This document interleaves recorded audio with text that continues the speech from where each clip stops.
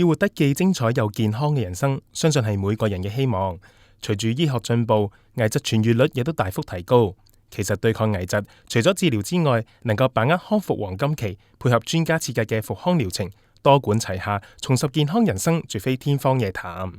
有醫學研究指出，適當嘅營養諮詢同埋運動，加上其他專業諮詢，係危疾患者喺康復過程上嘅重要因素。以心臟病患者為例，根據一項對心臟病人嘅研究指出，復康療程可以減低心臟病復發率達47%，而因心臟問題而導致死亡嘅機率更加可以減低36%。而喺飲食營養上，危疾康復者亦都有需要注意嘅地方。咁其實好多心肌梗塞嘅患者咧，其實手術之後咧都好擔心自己食啲乜嘢啦，或者啲咩食得啊，有啲咩唔食得咁樣啦。咁我哋會建議翻咧，可以嘅話咧食低脂啦、低糖啦、低鹽啦，同埋高纖維嘅飲食為原則。咁另外要攝取多啲好嘅油分，譬如我哋會建議去食橄欖油啊、芥花籽油啊。咁呢啲成個嘅飲食嘅裏邊嘅營養素咧，其實有機會控制到個膽固醇同埋個血壓，去預防佢將來心肌梗塞嘅機會咯。咁其實有好多癌症病患者，因為多種嘅原因咧，令到佢哋胃口好差啦，因而體重下降啦。咁好多研究都係講緊，如果佢哋體重下降咧，會影響佢哋嗰個治療進度啊，甚至乎康復嘅速度。咁如果有咁樣嘅情況咧，我哋會建議佢哋食翻啲高熱量同埋高蛋白質嘅飲食啦。咁如果有需要嘅話咧，都要問翻佢嘅營養師，教翻佢點樣飲食，令到佢嗰個營養咧好啲咧，等佢嗰個治療嘅進度會快啲咯。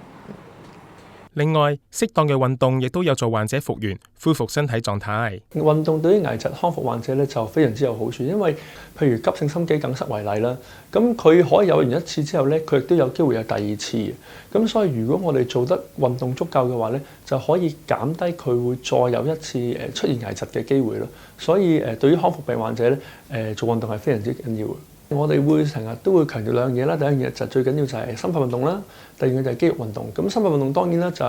顧名思義啦，都會係強健個心臟啦，令到我哋各樣嘅血管啊、心臟都會健康啲啦。近年咧，我哋都有好多 study 都發覺肌肉運動都好緊要嘅。咁即係我哋傳統講嘅 weight training 或者 resistance training 啦。咁強化嘅肌肉咧，其實咧對於成個人嘅新陳代謝啊，或者去 support 佢嘅關節做心肺運動咧，都係好 indirectly 有幫助。咁如果你再有時間可以做多啲嘅，可能一啲柔韌嘅運動啊，啲 flexibility、stretching 嘅 exercise 都係好緊要嘅。